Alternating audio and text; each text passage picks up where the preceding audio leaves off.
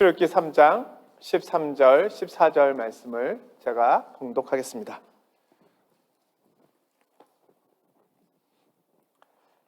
모세가 하나님께 아뢰되 내가 이스라엘 자손에게 가서 이르기를 너희의 조상의 하나님이 나를 너희에게 보내셨다 하면 그들이 내게 묻기를 그의 이름이 무엇이냐 하리니 내가 무엇이라고 그들에게 말하리이까?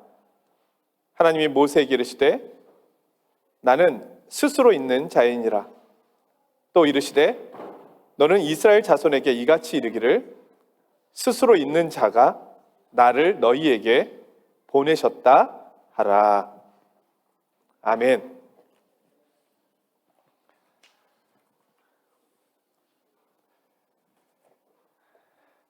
오늘은 선교부 주간 예배입니다. 오늘 말씀을 준비하면서 하나님께서 저를 부르셨던 때가 다시금 떠올랐습니다.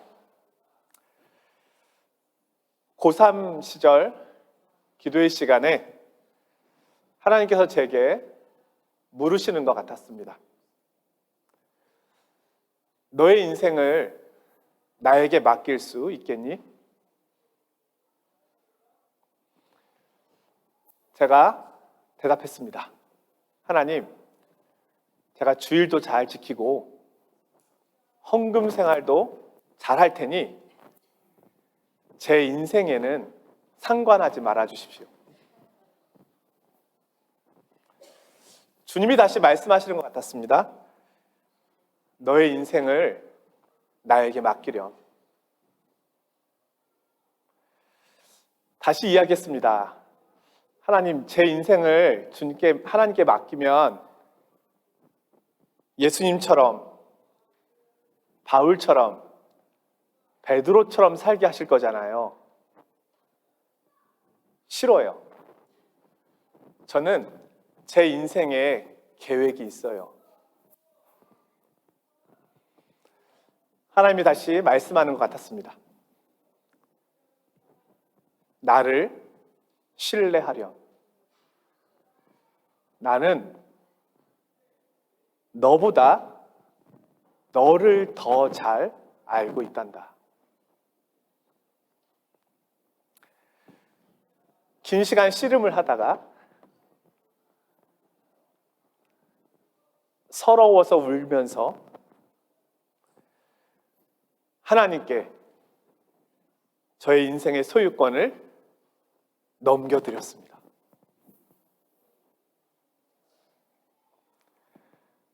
그러자 세상에서 지금까지 제가 경험한 적이 없었던 놀라운 평강이 밀려오기 시작했습니다. 저는 그렇게 그리스도인으로서 삶을 출발하게 되었습니다. 오늘 모세의 부르심을 통해서 오늘 나에게 말씀하고 계시는 하나님의 음성을 듣는 시간이 되기를 원합니다. 자, 먼저 모세를 부르신 하나님의 말씀인데요. 모세가 이집트 사람을 죽였다는 소식이 파라오 왕에게 전달되었습니다. 모세는 파라오를 피하여 미디안 광야로 도망갔습니다. 여러 해가 지나고 이집트에 다른 파라오 왕이 세워지고 히브리인들의 노동의 강도는 이전보다 더 세어져 갔습니다. 그러나 모세는 자신의 민족과는 거리를 두고 그날도 양무리를 치고 있었습니다. 양무리에게 풀을 먹이는 일은 수개월 동안 목초지를 찾아서 광야를 전전하면서 살아가는 삶입니다. 모세는 양떼들을 서쪽으로 인도하여 호렙산 가까이 와 있었습니다. 호렙산은 훗날에 모세가 하나님께로부터 십계명을 받은 산이고 이스라엘 백성들이 하나님과 언약을 맺은 산입니다. 그는 그 주변에서 40년 동안 양을 치고 있었던 겁니다. 그런데 그날 그곳에서 모세는 신기한 광경을 보게 됩니다. 떨기나무에 불이 붙었는데 나무는 타지 않고 불만 타고 있는 겁니다. 스스로 불이 타고 있는 광경이 너무너무 신기해서 가까이 나아갔습니다. 거기서 하나님의 음성을 듣게 되었습니다. 하나님께서 모세를 부르시고 말씀하십니다. 내가 애굽에 있는 내 백성의 고통을 분명히 보았고 그들이 그들의 감독자를 말미암아 부르짖음을 듣고 그 근심을 알고 있다. 너를 통하여 이스라엘 백성을 애굽에서 인도하여 내려 한다. 하나님께서 이스라엘 백성들을 구원하려고 하시는데 모세를 통해서 이 일을 하시겠다고 말씀하시는 겁니다. 그들은 이집트의 감독자에 의하여 큰 어려움 가운데 있었습니다. 그들은 힘에 지나도록 수고하고 있었습니다. 그들에게는 도움이 누구보다도 절실하게 필요하였습니다. 하지만 아무도 그들을 도와줄 사람은 없었습니다. 하나님께서는 이 모든 것을 오랫동안 알고 계셨습니다. 그런데 왜 하나님께서는 당장 그들을 돕지 않으시고 이렇게 오랜 시간 때를 기다리고 계셨던 것일까요? 하나님은 왜 어떤 때를 기다리고 계셨던 것이겠습니까? 우리가 오늘 본문을 통해서 알게 되는 것은 하나님께서 모세가 준비될 때를 기다리셨다는 겁니다. 하나님께서 신음하고 있는 이 히브리인들을 구원하는데 사람을 통해서 이 일을 하고 계심을 보여주고 계십니다. 하나님께서는 모세가 훈련되기를 기다리셨습니다. 모세는 이집트의 최고의 선생들로부터 최고의 학문과 기술과 말을 배웠습니다. 지도자로 양육되었고 또한 정의감과 열정도 있었습니다. 하지만 하나님께서는 더 기다리셨습니다. 모세는 앞으로 약 200만 명이나 되는 히브리 민족을 인도해야 합니다. 그러기 위해서는 그에게 온유함이 필요하였습니다.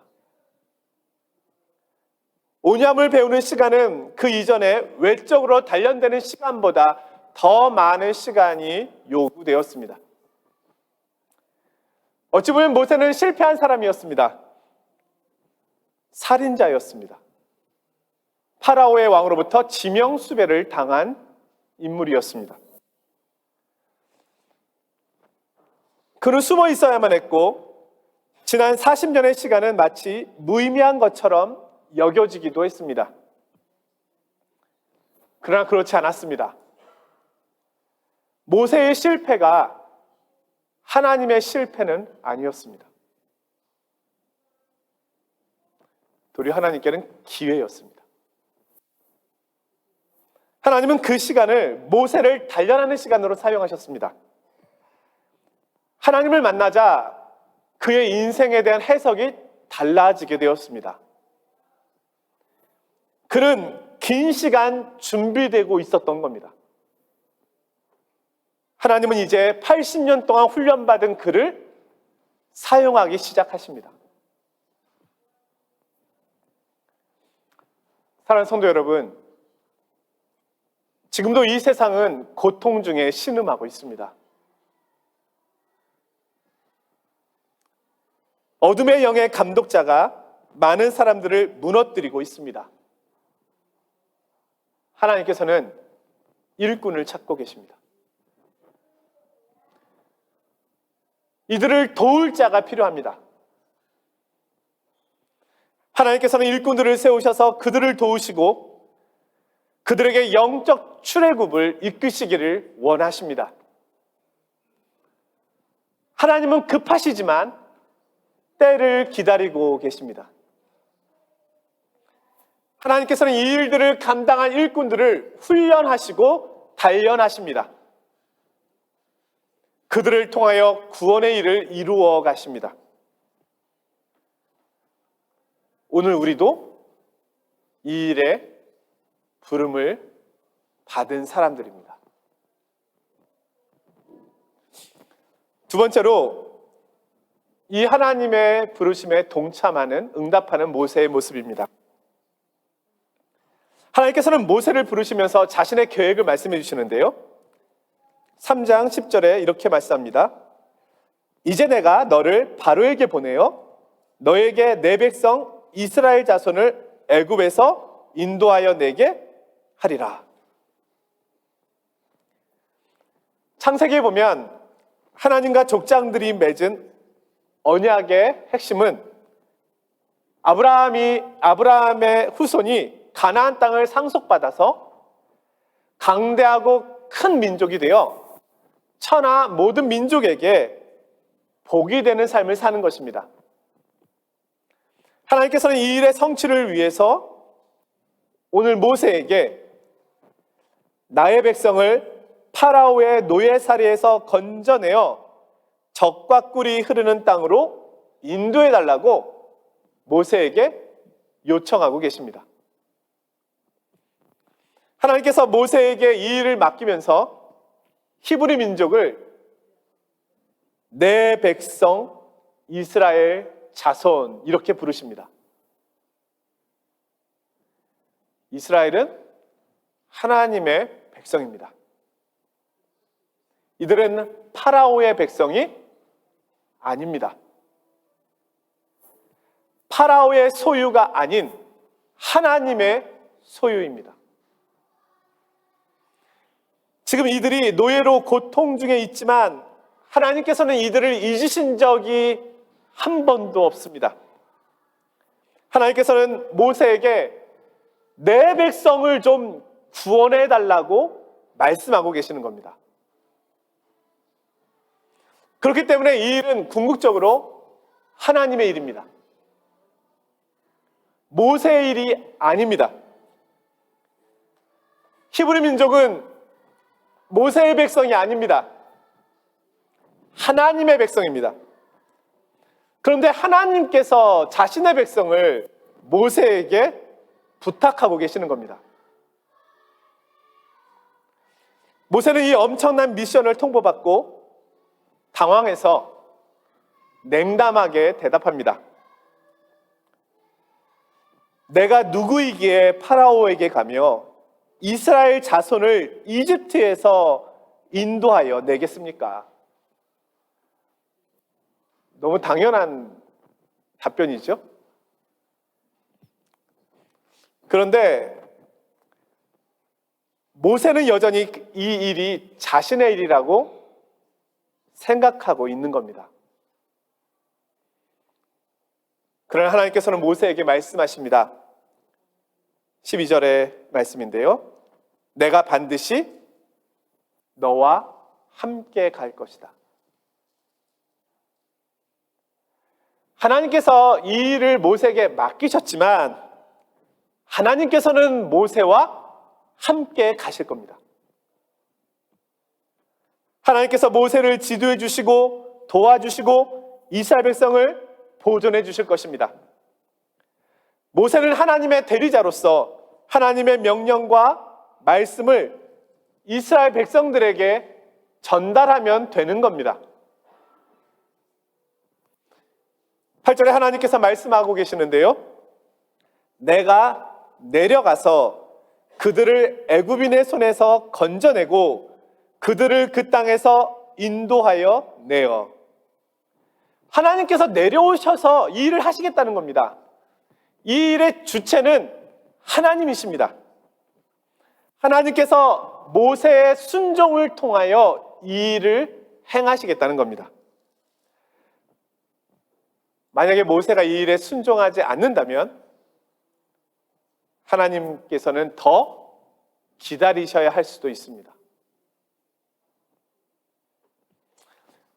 사랑하는 성도 여러분, 전능하신 하나님은 분명 모든 것을 하실 수 있는 분이 맞습니다.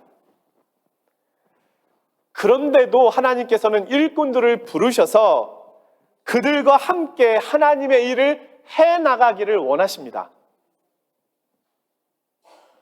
하나님께서는 우리를 자신의 대리자로 부르셔서 우리로 하여금 하나님의 일을 감당케 하십니다. 우리가 순종하지 않는다면 하나님께서는 더 기다리실 수 있는 겁니다. 마지막으로 하나님은 누구이십니까? 이 엄청난 명령을 받은 모세가 하나님께 질문합니다. 13절인데요. 하나님께서 말씀하신 이 엄청난 일을 하려면 백성들을 설득해야 할 텐데 그들이 저에게 하나님이 너를 보내셨다면 그 하나님의 이름은 도대체 뭐냐? 라고 묻는다면 제가 뭐라고 대답해야 하겠습니까? 사실은 히브리 민족의 핑계를 대고 있지만 자신의 질문일 수도 있는 거죠. 한마디로 하나님의 이력서를 보여달라고 하면 제가 뭐라고 대답해야 합니까? 이런 질문입니다.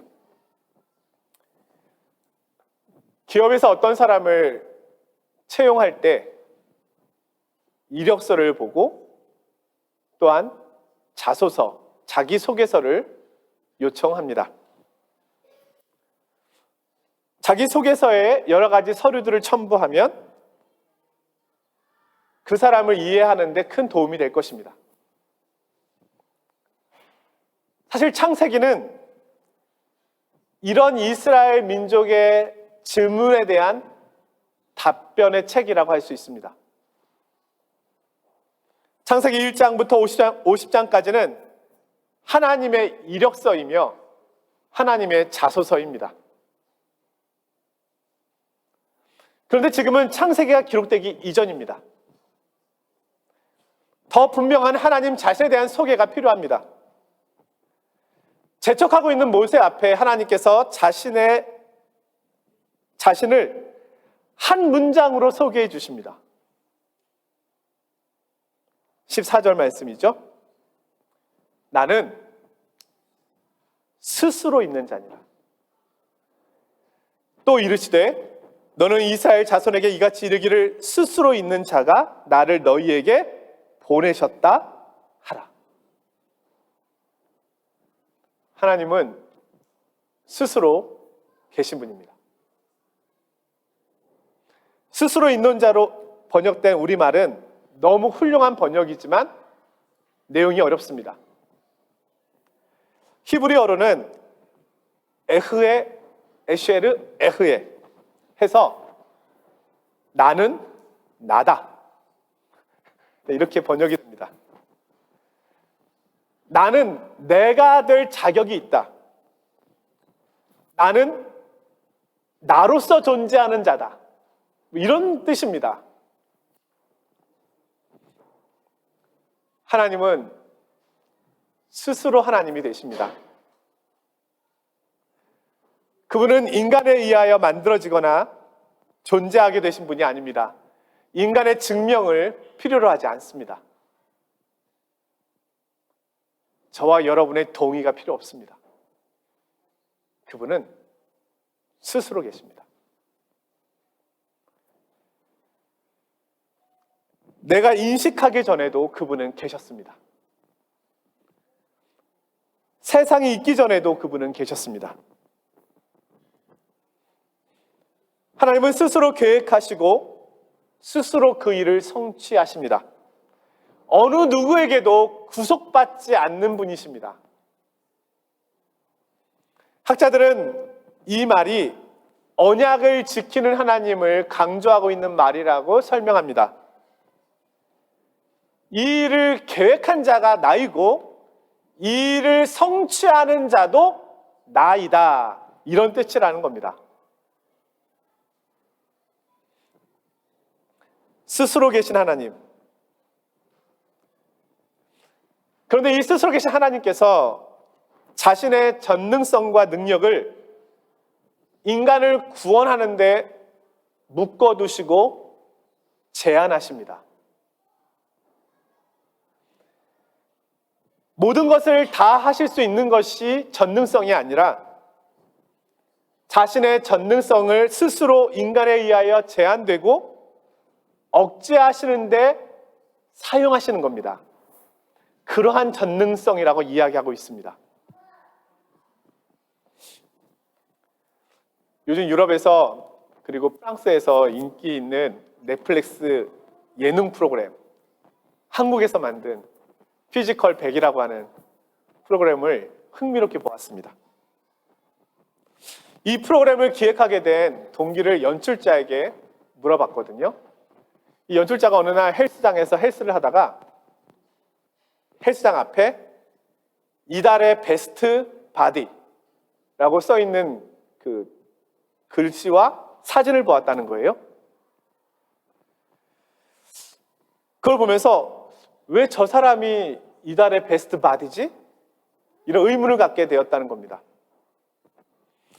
그래서 가장 완벽한 몸이라고 하는 것은 무엇을 말하는 것일까? 의문을 갖게 되어 이 프로그램을 만들게 되었다 합니다. 100명의 선수들을 선발해서 상금 3억을 놓고 겨루는데요. 남자, 여자, 인종, 이 모든 걸 다 초월해서 최강의 선수들이 참석하였습니다. 보디빌더 선수들, 운동선수, 그 다음에 격투기 선수, 운동 매니아. 근데 이 프로그램이 예상외로 인기가 있었는데, 인기가 있었던 이유 중에 하나를 근육이 많다고 해서 힘을 잘 쓰는 것은 아니더라. 이것을 깨닫게 해준 프로그램이었습니다. 여자라고 해서 남자에게 꼭 지는 것은 아니더라.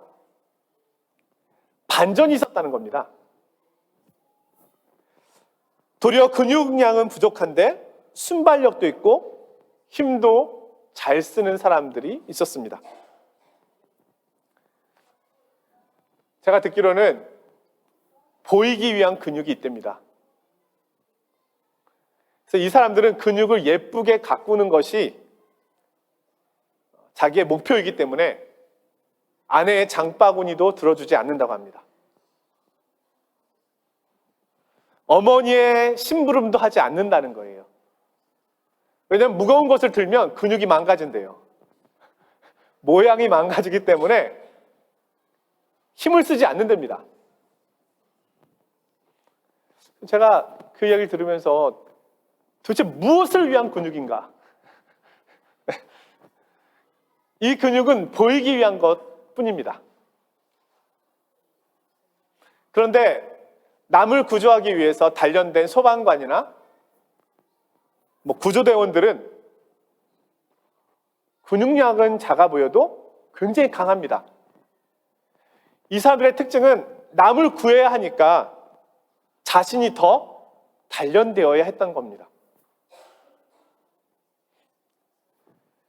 우리 하나님은 전능하십니다. 근데 이 하나님의 전능하심을 하나님께서 어디 사용하실까요? 하나님 무엇이든지 하실 수 있는 분인데 이 무엇이든지 하실 수 있는 이 큰 능력을 어디에 사용하실까요? 하나님은 보이는 거? 물론 우리는 하나님의 전능하심이 가장 잘 나타난 곳은 천지창조라고 말할 수 있을 겁니다. 분명 그렇습니다. 근데 저는 요즘 말씀을 보면서 하나님의 전능하심이 가장 크게 나타난 곳이 있음을 다시 깨닫게 되었습니다. 그것은 성육신입니다.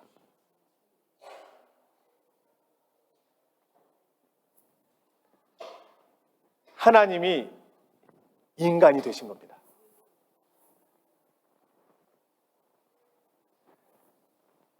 우리를 구원하기 위하여 인간이 되셔서 이 세상에 오신 것이 하나님의 가장 큰 전능하심을 보이시는 방법이었습니다. 하나님께서는 자신의 전능하심을 죄인들을 위하여 자신의 생명을 내어주는 데 사용하신 겁니다. 하나님은 자신의 전능하심을 스스로 자신을 죽이시고 죽음에서 다시 살아나시는 죽음과 부활에 사용하신 겁니다. 구원을 위하여 사용하신 겁니다.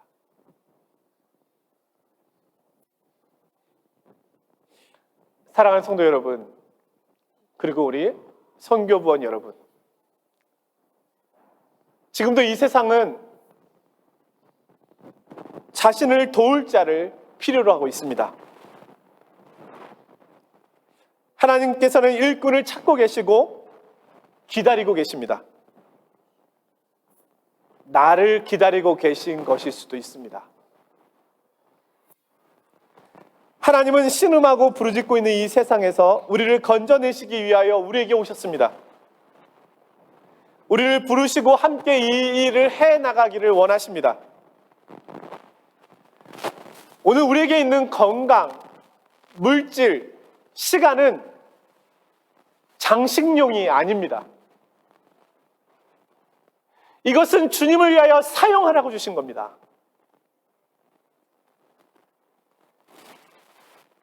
여러분이 그것을 가꾸기만 하고 보존하기만 한다면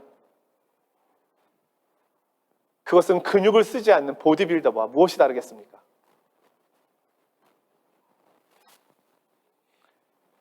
모세가 히브리 노예의 자리로 나아갔던 것처럼, 그리스도께서 인간이 되셨던 것처럼, 오늘 우리도 우리 자신을 영혼을 구원하는 일에 내어드리는 것, 그것이 오늘 우리의 부르심 아니겠습니까? 말씀을 정리해 봅니다. 선교는 하나님께서 하시지만 사람을 통해서 하시고 사람의 순종을 통해서 하십니다.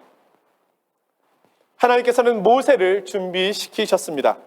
모세를 기다리셨습니다. 마찬가지로 오늘 우리도 하나님께서 단련하고 계시는 겁니다. 나도 하나님께 준비된 일꾼으로 서야 하겠습니다. 둘째로, 선교는 나의 일이 아닙니다. 하나님의 일입니다. 우리는 하나님과 동역하는 것입니다. 하나님의 백성을 위하여 내가 대신 일하고 있는 것뿐입니다. 마지막으로, 말씀하시고 성취해 가시는 분은 하나님이십니다. 그분은 스스로 계신 분이십니다. 언약을 우리에게 주셨고 그 언약을 지키시는 분이십니다. 오늘 왜 우리가 선교를 해야 되고 복음을 전해야 할까요? 그냥 주일만 출석하는 것도 버거울 때가 있는데 이렇게 선교까지 해야 되고 또 1인 1구자까지 또 하라고 부담감을 자꾸 주시고 왜 이렇게까지 해야 할까요? 한 가지 이유 때문입니다. 하나님께서 오늘 나를 부르시고 보내시기 때문입니다.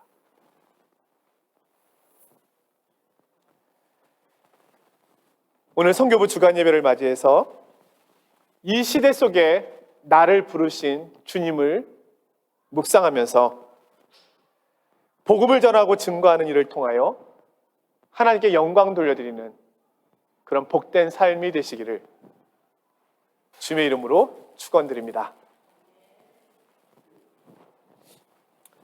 거룩하신 하나님 아버지, 하나님께서는 자신의 전능하심을 우리를 구원하는 데 사용하셨습니다. 모양만 전능하심으로 갖고 계시지 않으셨습니다. 오늘 우리에게 주신 물질과 시간과 재능과 이 모든 것을 다하여서 하나님의 부르심의 목적을 위하여 사용할 수 있도록 인도하여 주옵소서. 오늘 선교부 주간 예배를 맞이해서 다시금 저희들의 마음과 생각을 모읍니다. 나의 삶을 주님께 의탁했던 시간들을 기억하고 다시금 믿음의 길로 달려갈 준비를 합니다. 주님 부르심을 따라 주님의 백성을 위하여 살아가는 일평생의 시간이 되게 하옵소서. 예수 그리스도의 이름으로 기도드리옵나이다. 아멘. 우리 선교부원들 특송해 주시겠습니다.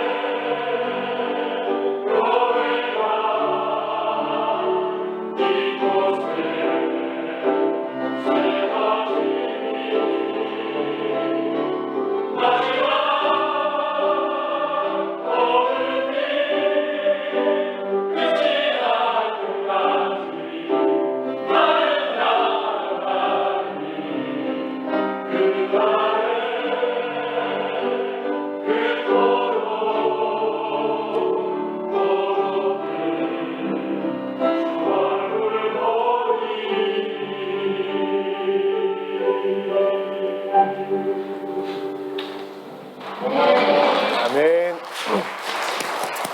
고맙습니다.